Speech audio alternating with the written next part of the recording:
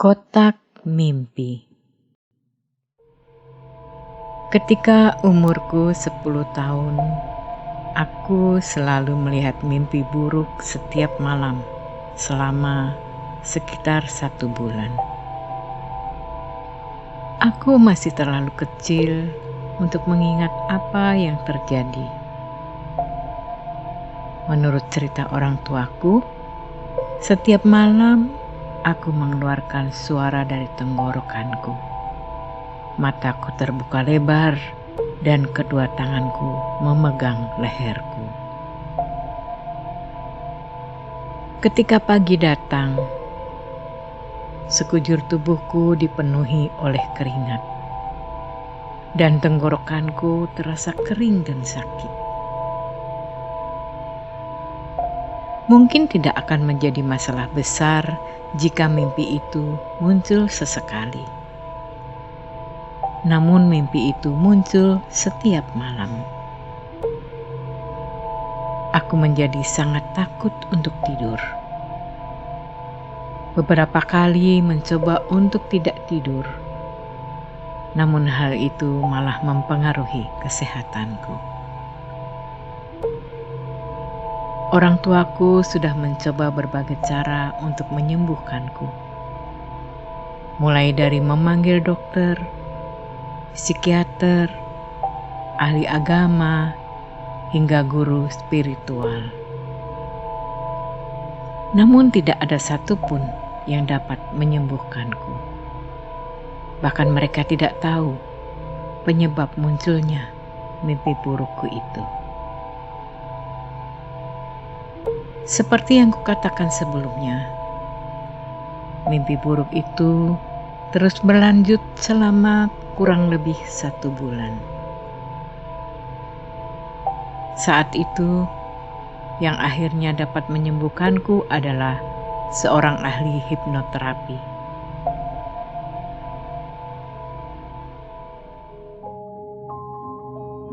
Aku kemudian menjalani terapi dengan metode hipnotis.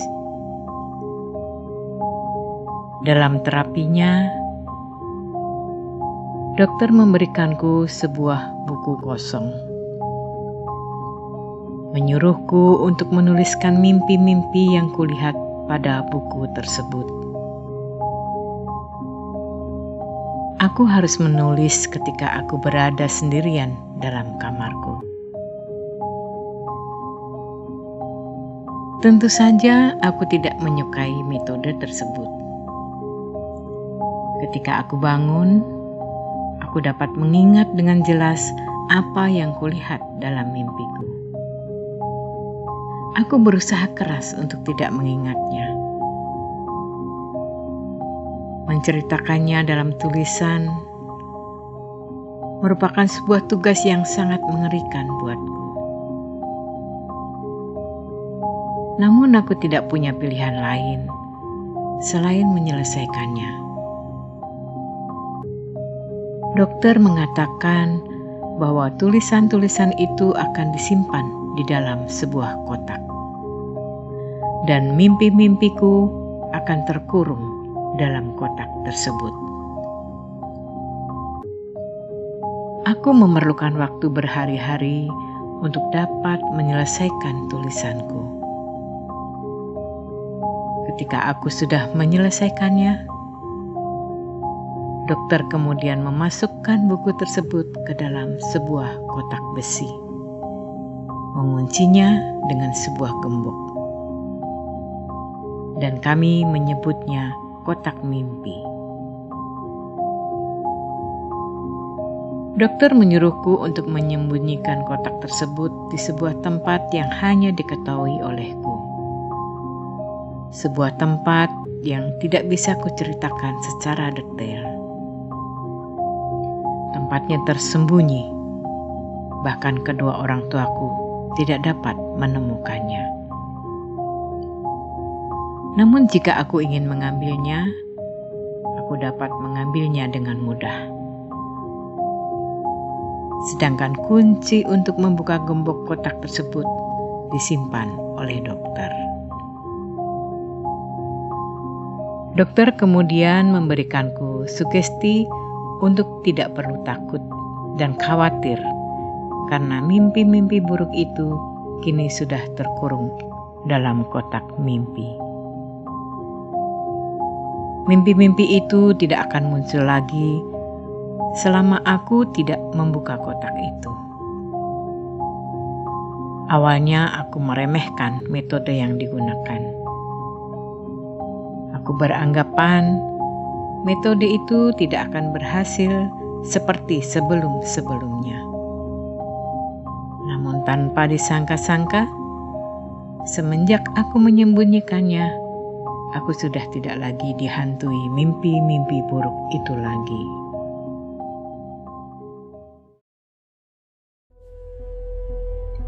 Bertahun-tahun berlalu semenjak hari itu. Aku baru saja menyelesaikan pendidikan perguruan tinggi. Saat itu ketika aku sedang berada di rumah, tiba-tiba aku teringat dengan kotak mimpi yang kusembunyikan. Aku tidak dapat mengingat sedikit pun tentang apa yang kulihat dalam mimpiku. Namun aku tahu betul perasaan takut saat aku melihat mimpi yang muncul setiap malam. Aku yakin belum ada yang pernah menyentuh kotak itu semenjak disembunyikan. Lagi pula, kunci untuk membuka gembok itu masih disimpan oleh dokter yang sudah sangat jarang aku temui. Aku penasaran bagaimana kondisi kotak itu sekarang. Aku masih merasa takut. Namun jika dipikir-pikir, waktu itu aku baru berumur 10 tahun. Mungkin ketakutan yang kurasakan ketika itu adalah ketakutan seorang anak kecil. Mungkin aku bisa mengatasinya sekarang ketika aku sudah dewasa. Mungkin aku bisa menghilangkan rasa takutku. Aku pergi untuk melihat kotak mimpi. Kurasa menyentuhnya saja tidak akan membuat mimpi-mimpi itu keluar. Kotak itu benar-benar tersimpan dengan aman. Dan tentu saja masih tertutup dengan rapat. Tidak ada cara lain untuk membukanya.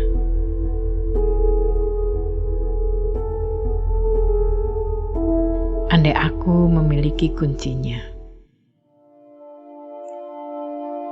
Seketika aku mengingat kembali semua mimpi buruk yang kulihat ketika aku kecil. Aku berada di sebuah ruangan kosong. Di situ sangat gelap. Tapi aku tahu ada seorang anak berdiri di sana. Di depannya ada sebuah pintu. Terlihat seseorang masuk ke dalam. Aku tidak dapat melihat dengan jelas karena dia berdiri tepat di sumber cahaya yang masuk. Dia berjalan mendekati anak itu. Kini dia berada tepat di depan anak itu. Aku tidak tahu apa yang sedang dia lakukan.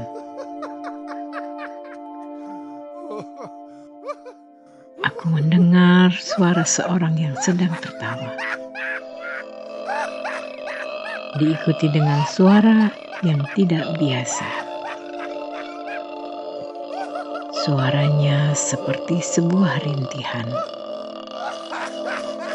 Seperti sebuah teriakan yang ditahan. Seperti sebuah suara yang munculnya dari tenggorokan.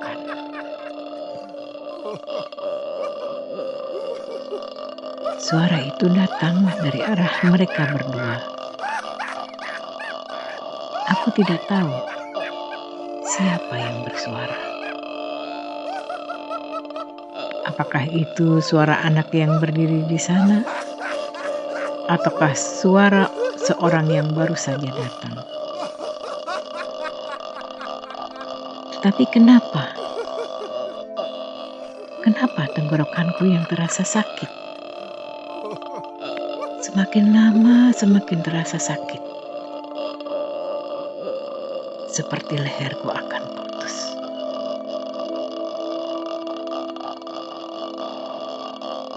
Kemana? Kemana orang yang tadi? Kenapa kini hanya tinggal anak itu? Suara tawanya pun sudah tidak ada. Tapi suara aneh itu masih ada. Kenapa kamu di sini? Apa yang kamu lihat? Apa yang kamu lihat? Apa yang kamu lihat?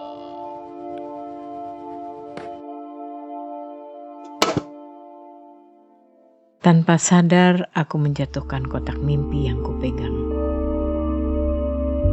Itu semua adalah ingatan mimpi yang kulihat setiap malam ketika aku berumur 10 tahun. Saat itu, jika aku bermimpi, suara itu terus menggema di kepalaku hingga aku terbangun. Leherku terasa sakit hingga aku terbangun.